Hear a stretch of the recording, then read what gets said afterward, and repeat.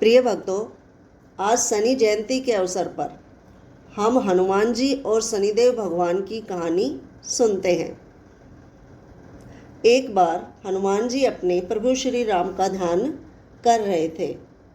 उसी समय शनिदेव वहाँ आ गए और कहने लगे कि अब कलयुग शुरू हो गया है। इस युग में आपका शरीर कमज़ोर है और मेरा शरीर बलवान हो गया है, और अब मैं आपके शरीर पर साढ़े साथी बनकर आ रहा हूँ। शनिदेव को बिल्कुल एहसास नहीं था कि हनुमान रघुवीर भगवान के परम भक्त हैं। उन्हें पता नहीं था कि उनके शरीर पर शनि की दशा का कोई भी प्रभाव नहीं होगा। हनुमान जी ने कहा कि मुझे अपने प्रभु श्री राम का ध्यान करने दो। मेरे शरीर पर और मेरी आत्मा पर मेरे प्रभु श्री राम के अलावा और कोई भी नहीं आ सकता। मेरे शरीर और मेरी आत्मा पर मेरे प्रभु राम का ही वास है। पर शनिदेव नहीं माने। उन्होंने कहा, पूरी सृष्टि पर मेरी ही दृष्टि है और आप इससे दूर नहीं रह सकते।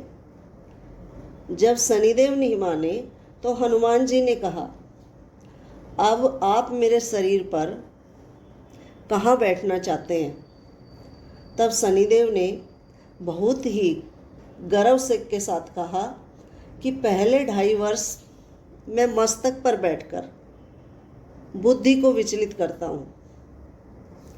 अगले 2.5 वर्ष हृदय पर बैठकर मैं इंसान को रोगी बना देता हूँ, और आखिरी के 2.5 वर्ष मैं पैरों में रहकर उसे भटकाता रहता हूँ।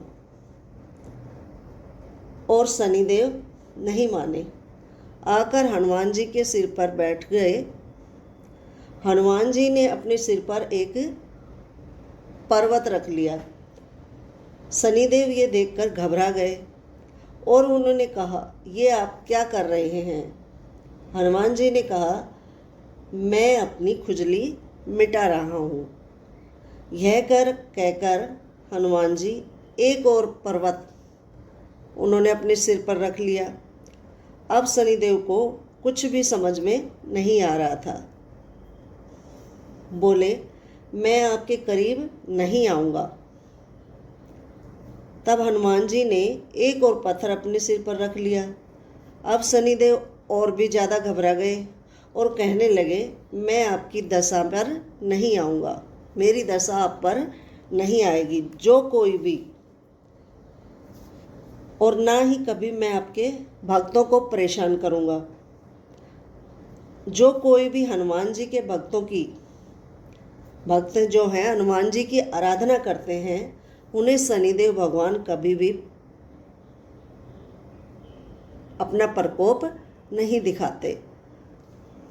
अगर आप भी हनुमान जी की आराधना करेंगे तो आप भी शनिदेव भगवान के गुस्से से बच जाएंगे। बोलिए एक साथ मिलकर, जय हनुमान जी, जय शनिदेव। यही थी दोनों दोस्तों की कहानी।